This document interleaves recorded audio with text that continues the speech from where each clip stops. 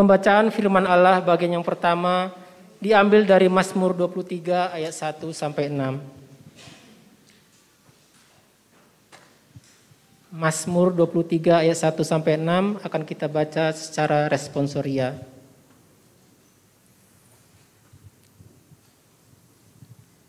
Mazmur Daud.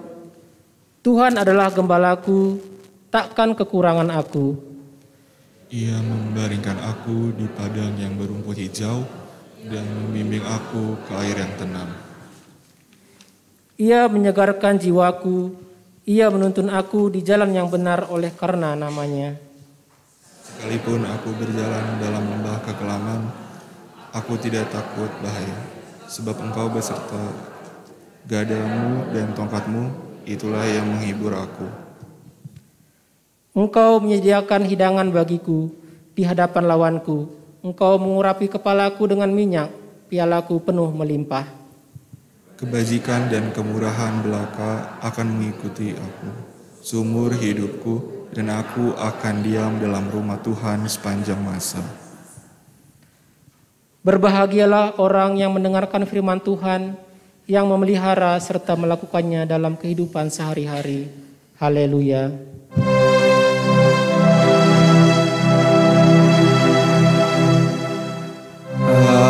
Haleluya. Haleluya. Haleluya.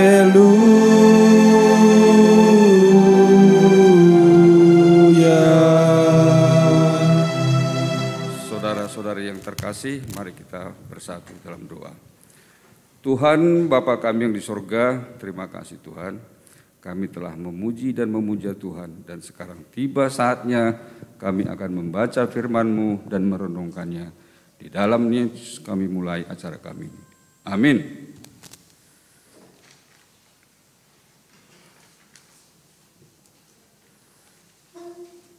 Selamat pagi bagi kita semua. Menjua-jua manbanta krina, salam. Bahan khotbah kita pada hari ini diambil dari Matius 11 ayat 25 sampai dengan ayatnya yang ke-30. Kami bacakan untuk kita semua. Pada waktu itu berkatalah Yesus, Aku bersyukur kepadamu Bapa, Tuhan langit dan bumi, karena semuanya itu Engkau sembunyikan bagi orang bijak dan orang pandai, tetapi Engkau menyatakan kepada orang kecil. Ya Bapa, itulah yang berkenan kepadamu. Semua telah diserahkan kepadaku oleh Bapakku, dan tidak seorang pun mengenal anak selain Bapa, dan tidak seorang pun mengenal Bapa selain anak, dan orang yang kepadanya anak itu berkenan menyatakannya. Ini ayat Mas. Marilah kepadaku semua letih lesu dan berbeban berat, aku akan memberi kelegaan kepadamu. Pikulah kuk yang kupasang dan belajarlah padaku, karena aku lemah lembut dan rendah hati, dan jiwamu akan mendapat ketenangan. Sebab kuk yang kupasang itu enak dan bebanku pun ringan. Inilah yang kita renungkan sebagai bahan khotbah pada pagi hari ini. Saudara-saudari yang terkasih di dalam nama Yesus Kristus, kalau kita renungkan kegiatan kita beragama ini, termasuk kita sebagai umat Kristen, kalau Bapak nanti setuju, saya mengelompokkan menjadi 3 bagian. Yang pertama adalah kita menggali Alkitab, membaca Alkitab. Ada yang sampai mempelajarinya dengan pendidikan formil, ada yang S2, ada yang S3. Kenapa? Karena secara pribadi orang tersebut mencoba mengenal Tuhan, mencoba membangun relasi dengan Tuhan. Dengan demikian iman percayanya semakin hari semakin bertumbuh. Yang kedua, kita banyak menghabiskan waktu dengan mengikuti acara-acara seremonial yang berkaitan dengan apa yang kita pelajari dalam Alkitab.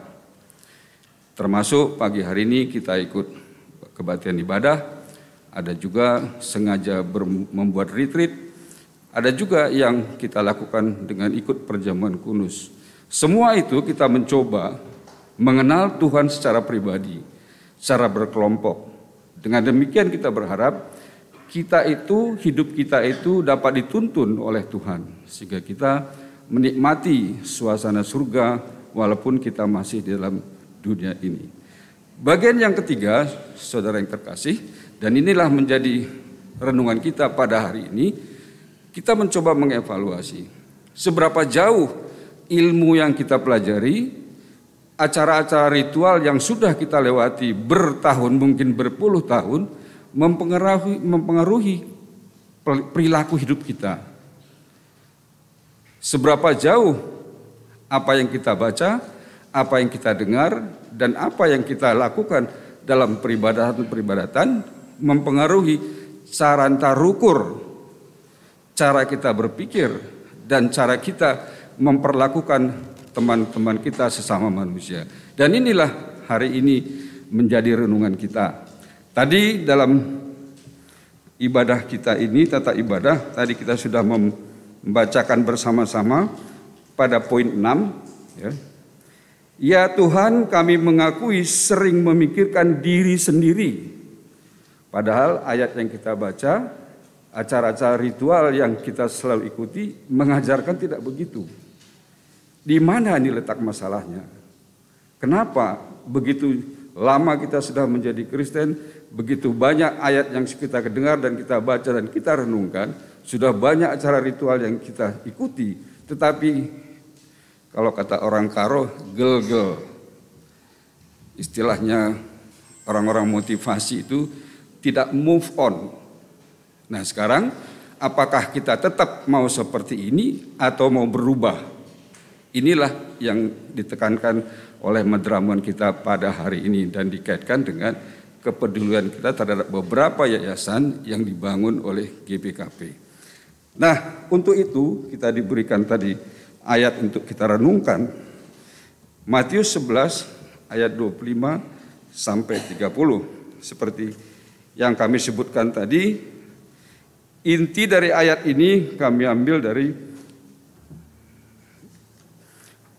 Matius 11 ayat 28. Marilah kepadaku semua yang letih lesu dan berbeban berat, aku akan memberi kelegaan kepadamu. Sekarang sebelah kiri, sebelah kanan, muka belakang, sama siapa kita berani mengatakan kalimat ini? Marilah kepadaku Nende Sianu, misalnya kan, atau Bapak Sianu, atau anakku misalnya gitu. Semua beban aku yang nanggung. Apakah kita berani sekarang mengatakan begitu ke depan kita, ke sebelah kita, ke kanan kita? Padahal itulah sebenarnya inti daripada apa yang kita pelajari dan apa yang kita ikuti bertahun-tahun. Jadi bisa merubah karakter kita menjadi kita berani mengatakannya, marilah kepadaku. Gereja kita pun, gereja GBKP itu ingin seperti itu. Ini nama anggotanya, marilah anggotaku, krina kam anggota GBKP, aku nanggung bebandu. Nah inilah yang kita lihat nanti melalui beberapa slide yang sudah kami siapkan. Nah kita lihat kenapa Yesus berani berkata begitu kepada kita manusia, sampai kepada kita pada pagi hari ini ayat itu masih berkuasa dan hidup. Ada 3 hal yang kami ambil di sini. Yang pertama, Yesus itu memilih hubungan yang spesial dengan Tuhan.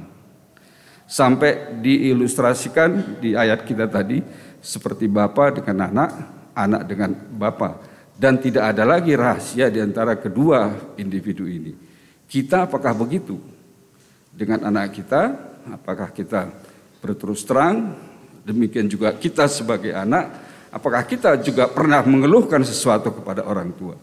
Karena kadang-kadang kita pun sebagai orang tua bukan tempat curhat, bukan solusi. Itu yang pertama. Yang kedua, Yesus mengetahui apa yang berkenan bagi Tuhan. Anak-anak kita tahu bahwa orang tua itu pinginnya dia rajin belajar, tutus sekolah. Tapi sudah tahu dia bahwa itu adalah keinginan orang tua, aktif di rumah membantu orang tua. Ya. Bukan orang tua sibuk terus anaknya cuma main HP, main komputer. Ya. Nah, jadi begitulah yang dilakukan oleh Yesus. Dia tahu apa yang berkenan di hati Tuhan dan dia laksanakan. Yang ketiga, Yesus bersyukur senantiasa. Dan kita lihat juga pada ogen kita tadi, Mazmur juga modal hidupnya adalah itu. Dia selalu bersyukur kepada Tuhan, dia selalu menikmati kasih karunia Tuhan dalam hidupnya. Jadi tidak ada waktu untuk tidak bersyukur kepada Tuhan. 3 hal inilah kenapa Yesus bisa berkata, marilah datang kepadaku. Nah, kemudian yang berikutnya saudara-saudara sekalian, bagaimana kita juga bisa mendapat energi dari kalimat ataupun ayat yang kita baca tadi. Yesus mengatakan ayat 29, pikulah kuk yang kupasang. Jadi kita perhatikan itu kalau saya baca di internet, jadi kuk itu adalah alat kayu yang dipasang kepada pundaknya 2 hewan, sehingga 2 hewan itu dapat berfungsi atau dapat kita fungsikan menjadi membajak atau mengangkat beban. Tetapi begitu kuk dipasang, hewan tadi tidak bisa lagi berkeliaran sesuai dengan habitatnya. Nah, kita juga demikian. Agar ayat ini berfungsi dapat kita nikmati, kita juga harus mau dipasang kuk oleh Tuhan. Hiduplah seturut dengan sekehendak firman Tuhan. Itu yang pertama. Yang kedua, yang kita lihat sini, dan belajarlah kepadaku. Kita seperti yang saya jelaskan tadi, kita mencoba mengamati. Jadi sekarang lagi ada begitu banyak YouTube channel sehingga semua kita jadi ahli Alkitab. Tapi kita mencoba merenungkan seberapa jauh ayat yang kita dengar, ayat yang kita baca merubah perilaku hidup kita. Nah, inilah seperti saya bilang tadi menjadi poin kita pada renungan kita pada pagi hari ini. Kemudian yang berikutnya, rendah hati dan jiwamu akan mendapat ketenangan. Kita memang berusaha menjadi rendah hati, tapi insan dunia ini memang tidak memiliki rendah hati. Oleh karena itu, kita harus berjuang untuk memiliki rendah hati. Jadi tidak ada rendah hati yang instan. Dan itu terasa dan teruji kita rendah hati atau enggak, tidak pada waktu kita itu sukses. Pada waktu kita memiliki jabatan, pada waktu kita memiliki power. Nah, di situ terasa bahwa kita itu sebenarnya bukan rendah hati. Nah, makanya salah satu ada ilustrasi seperti ini. Mungkin kita pernah baca juga di WA, saya waktu itu diceritakan sama Nade Prajadi yang baca WA-nya. Jadi ada suatu guru dalam katakanlah guru silat. Nah, kemudian gurunya itu bilang sama muridnya bahwa kamu itu akan mengikuti nanti pertandingan. Oleh karena itu tugasmu setiap hari adalah mendaki gunung. Dan di sana ada nanti batu besar, suatu ketika kamu akan bisa menggulingkan batu itu. Nah, kemudian dia turut nasihat gurunya, tiap hari dia latihan dari bawah ke atas, mungkin ada 300-400 anak tangga. Tiba gilirannya si anak bilang sama gurunya, guru sampai sekarang saya sudah latihan, tidak pernah, rasanya nggak mungkin batu yang besar itu bisa saya goyang dan bergerak. Tetapi apa kata gurunya? Ya, memang batu itu tidak akan pernah bergerak karena kamu tidak akan mampu menggerakkannya. Tetapi selama kamu mengikuti apa yang saya berikan kepadamu, lihat ototmu menjadi kuat, napasmu menjadi kuat, sehingga apapun nanti ke depan kamu akan mampu melewatinya. Jadi saudara-saudara sekalian, terkadang hambatan ataupun kesengsaraan ataupun cobaan itu mungkin tidak akan lepas dari kita. Tetapi dengan rendah hati, dengan kita mengikuti ajaran Tuhan, kita dimampukan untuk menghadapinya. Ini yang kita ambil pelajaran dari sini. Dan itu pula menjadi renungan kita pada hari ini. Kita ambil dari Matius 11, 25 ayat 30. Yang berikutnya ayat 30. Sebab kuk yang kupasang itu enak dan bebanku pun ringan. Jadi memang kalau kita lihat contoh sederhana aja. Kita semua punya SIM ya. Sebenarnya SIM itu diberikan bagi orang yang tahu peraturan lalu lintas dan taat. Nah, tapi untuk menjadi taat itu ada energi yang harus kita lepas. Ada sifat-sifat yang harus kita lepas. Nah, pada umumnya kita, istilah mekanikanya, manusia itu punya momen inersia, ada momen kelembapan. Pada prinsipnya semua benda itu malas bergerak, termasuk kita. Harus ada suatu energi, motivasi yang memang kita ingin keluar dari zona nyaman kita.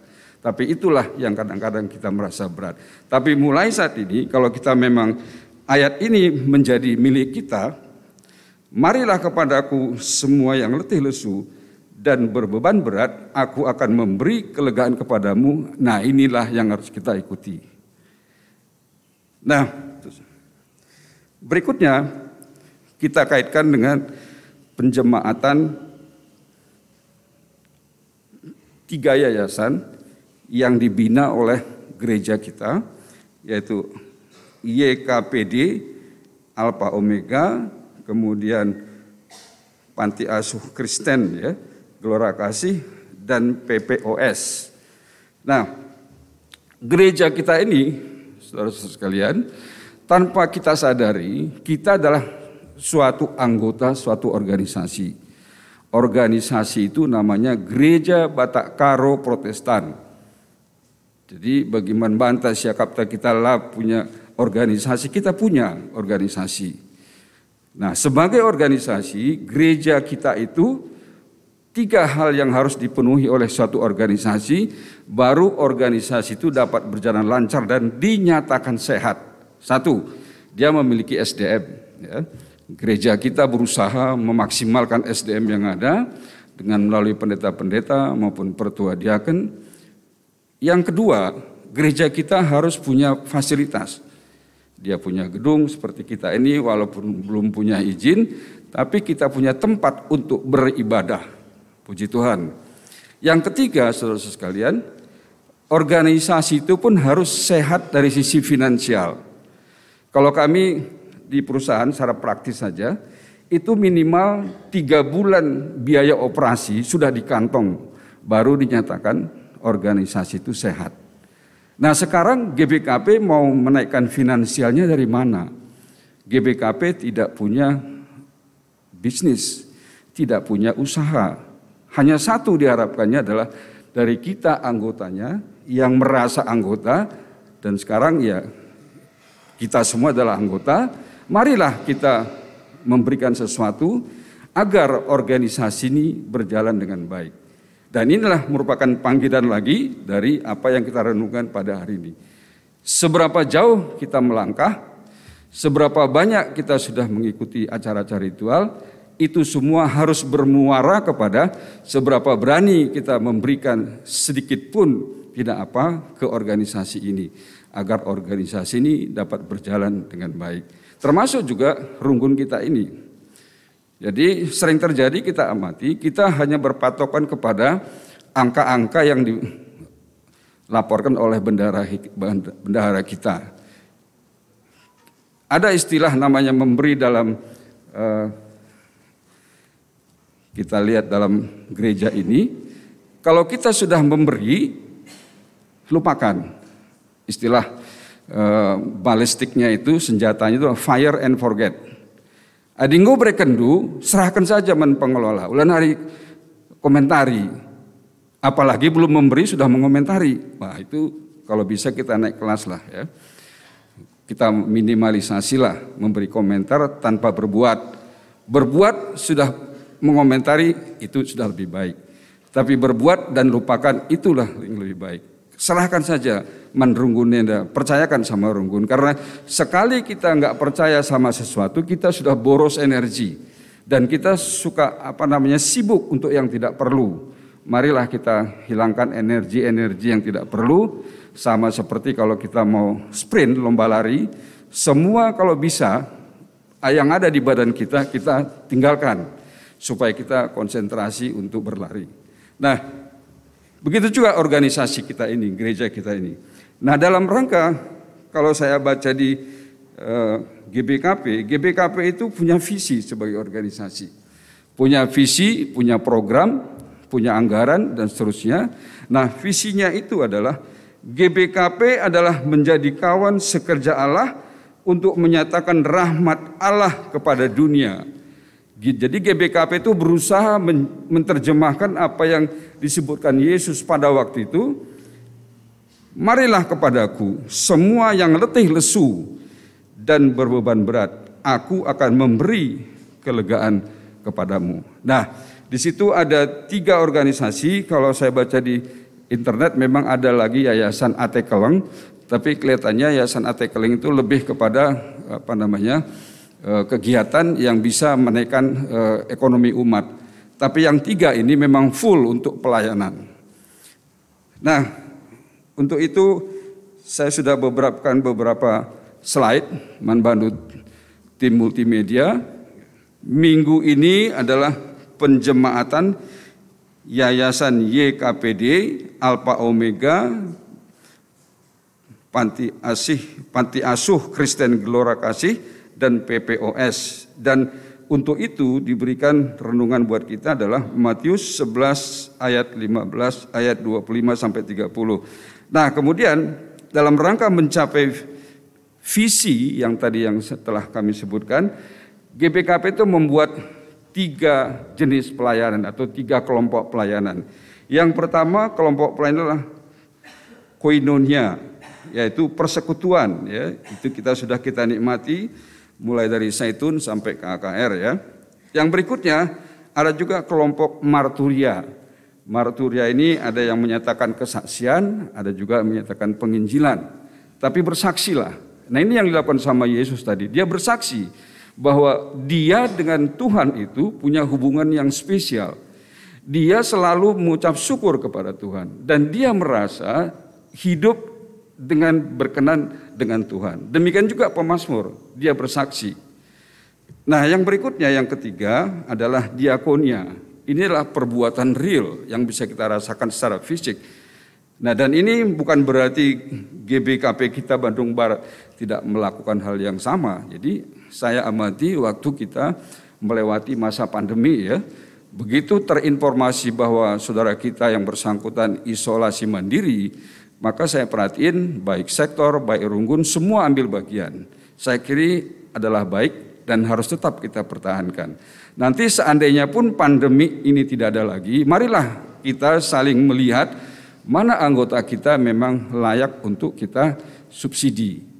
Sehingga apa? Kalimat tadi itu datanglah kepadaku tadi, nah itu menjadi bagian daripada pelayanan kita pribadi maupun sebagai Runggun kita Bandung Barat ini. Nah, kemudian diakonia sakit ya. Kemarin ya terima kasih Pak Ketua Mamre sudah menginisiasi, kemarin kita mengumpulkan sedikit banyak biaya untuk mengurangi beban daripada saudara kita Naras ya. Nah, yang belum mengambil bagian, ambillah bagian. Tidak besar kecilnya, tapi ada tergerak hati itu saya kira sudah baik. Nah, masalahnya sekarang itu kita termasuk seperti saya bilang tadi, orang yang punya kelembaban tinggi. Ngopi sikap mungkin tetap saja kita berpatok pada harusnya enggak begitu, harusnya enggak begini. Nanti setelah memberi baru kita cerita. Nah, jadi ulah kari gara-gara kesaksian kita, orang lain yang tadinya mau narik dompet tebal pun jadi urung. Nah, itu juga tidak baik ya. Marilah kita berlomba-lomba untuk berbuat baik. Nah, saudara-saudara yang terkasih dalam nama Yesus Kristus. Nah, berikutnya, slide berikutnya adalah kita lihat ini gambar yang menarik. Gambar ini saya ambil di Alkitab. Di Alkitab itu kita bisa bagi 3 kelompok orang. Yang pertama adalah ahli Taurat, yang kita suka sebut namanya Farisi ya. Yang berikutnya lagi ahli dalam bentuk ibadah.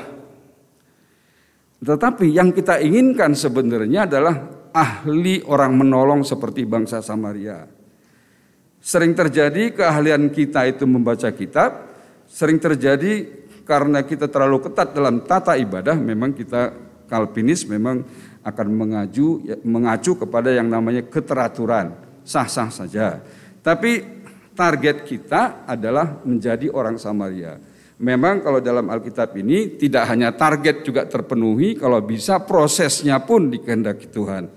Jadi kalau kita bilang bahwa Tuhan itu tidak orientasi target, tapi proses pun harus kita lihat. Nah, yang berikutnya, Mondramen kita dalam konteks ini mendirikan 3 yayasan ya. Yayasan yang pertama ini adalah kesejahteraan penyandang disabilitas. Jadi tadi kalau di bacaan kita C masih cacat, sekarang diganti menjadi disabilitas. Nah, jadi situ emeritus kita bersama teman-teman sudah pernah mengunjungi yayasan ini dan dia bercerita bagaimana tersentuhnya hati kalau melihat anak-anak kita yang di sana. Ya, mereka juga ada kegiatan bercocok tanam dan terus berkreasi, tapi tentu saja ini semua akan tidak mampu untuk menghidupi ya organisasi maupun anak-anak kita yang ada di sana. Yang berikutnya, Panti Asuhan Kristen Gelora Kasih Sukamakmur. Ini kami sama Nora kalau pulang kampung, kami usahakan selalu singgah di situ. Nah, yang berikutnya ini adalah pelayanan orang tua sejahtera. Jadi kalau misalnya itu terawat dengan baik, kita yang sudah lansia pun nggak apa-apa kalau suatu ketika ada rencana pulang kampung, tinggallah di Sukamakmur ini. Jadi ada organisasinya, ada teman-teman areh-areh di sana, mungkin satu generasi, nah bisa merasa lebih nyaman. Nah, yang berikutnya, visi GBKP tadi, ya, GBKP berusaha mencoba apa yang disebutkan Yesus pada Matius 11 ayat 29. Marilah kepadaku semua yang letih lesu dan berbeban berat, aku akan memberi kelegaan kepadamu. Seandainya kita berani rubah ini, GBKP mengatakan, marilah datang kepada GBKP. Semua anggota juga nggak apa-apa lah, kita batasi dulu anggota ya, yang letih lesu dan beban berat. Nah, kita lihat kasus narkoba di kampung kita itu masih juara 1 di Sumatera Utara. Kita lihat mengenai seks bebas masih juara 1. Nah, jadi saya renung-renungkan gitu ya. Jadi apa makna kita selama ini ya? Beribadah begitu semangatnya gitu kan, membaca Alkitab bahkan ada sampai baca gali Alkitab. Nah, terus apa itu maknanya semua? Kalau memang masalah itu tetap ada di kita.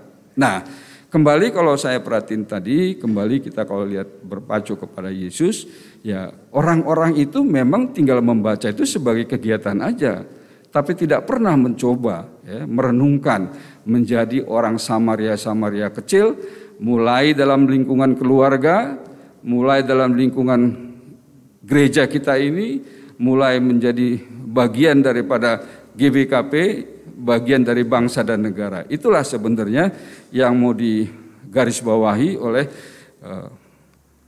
khotbah kita atau renungan kita pada hari ini. Nah, mari kita lihat lebih rinci ya kegiatan daripada Yayasan Alpha Omega ya. Di sini saya ambil fotonya.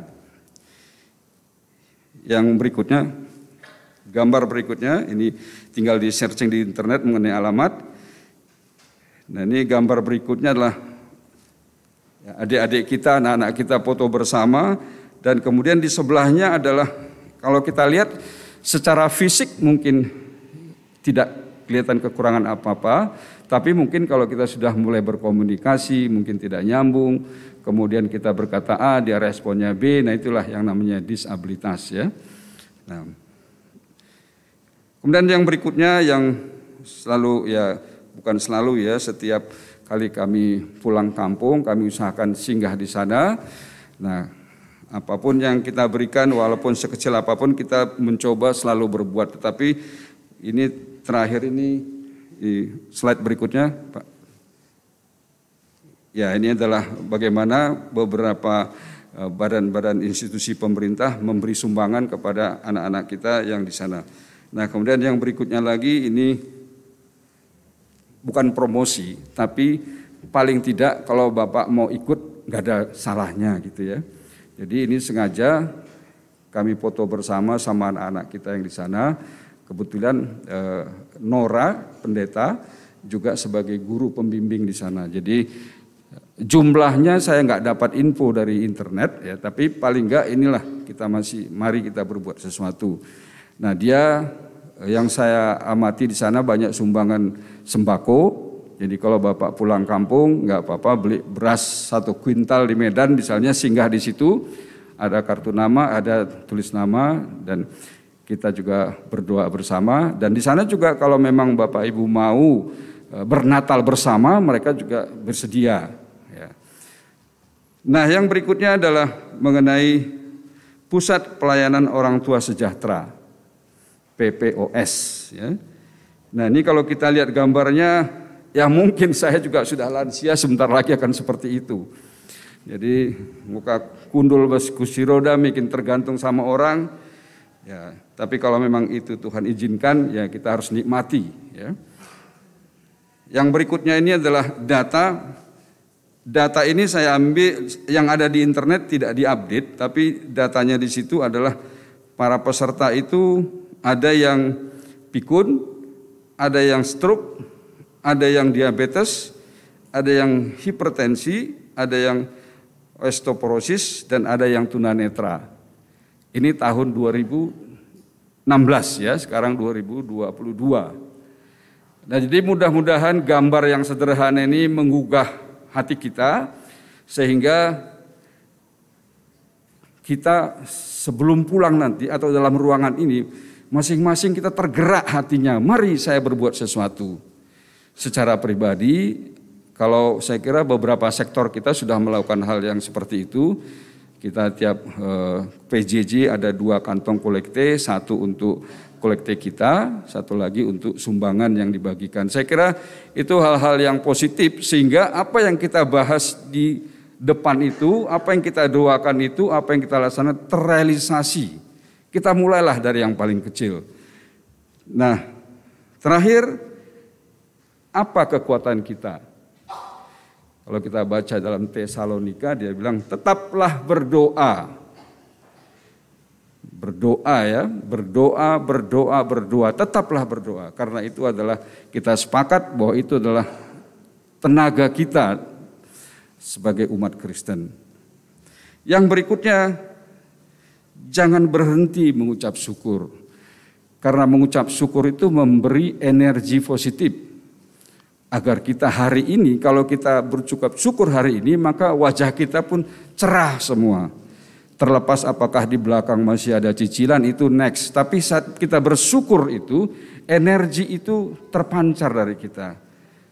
Nah, yang berikutnya, mulailah, kalau saya sebutnya sini, care and share, peduli dan berbagi.